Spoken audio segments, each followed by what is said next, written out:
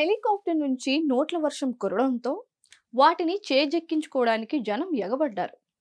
Check రిపబ్లిక్‌లోని నాడ్ లాబెం పట్టణంలో చోటు చేసుకున్న ఈ ఘటనకు సంబంధించిన వీడియో సోషల్ మీడియాలో వైరల్ అవుతుంది.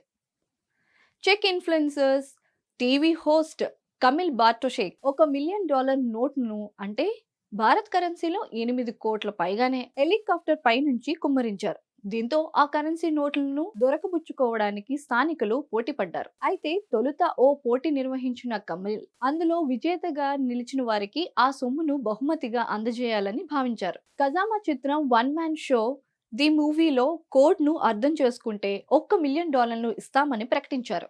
అయితే పజిల్‌ను పరిష్కరించడం చాలా కష్టమని నిరూపణ అయింది. కంటెస్ట్‌లో ఎవరు విజయం సాధించకపోవడంతో చివరకు ఏం చేయాలని ఆలోచించిన ఆయన ప్రత్యామ్నాయ ప్రణాళికను సిద్ధం చేశాడు. దీంతో పోటీదారులందరికీ ఆ మొత్తాన్ని పంచాలని నిర్ణయించాడు.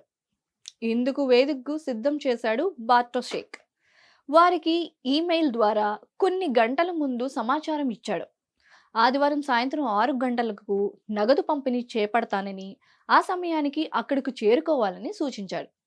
చెప్పినట్టుగానే నిర్దేశించిన ప్రాంతానికి నింపిన కంటైనర్లతో చేరుకున్నాడు. అనంతరం ఆ కరెన్సీ నోట్ల కంటైనర్లను హెలికాప్టర్కు వేలాడదీసి లాబెన్ పట్టణం సమీపంలో ప్రదేశంలో జారవిడిచాడు. నోట్ల వర్షం కురుస్తుంటే అక్కడున్న వారు పోటీ పడి మరీ ఏరుకున్నారు.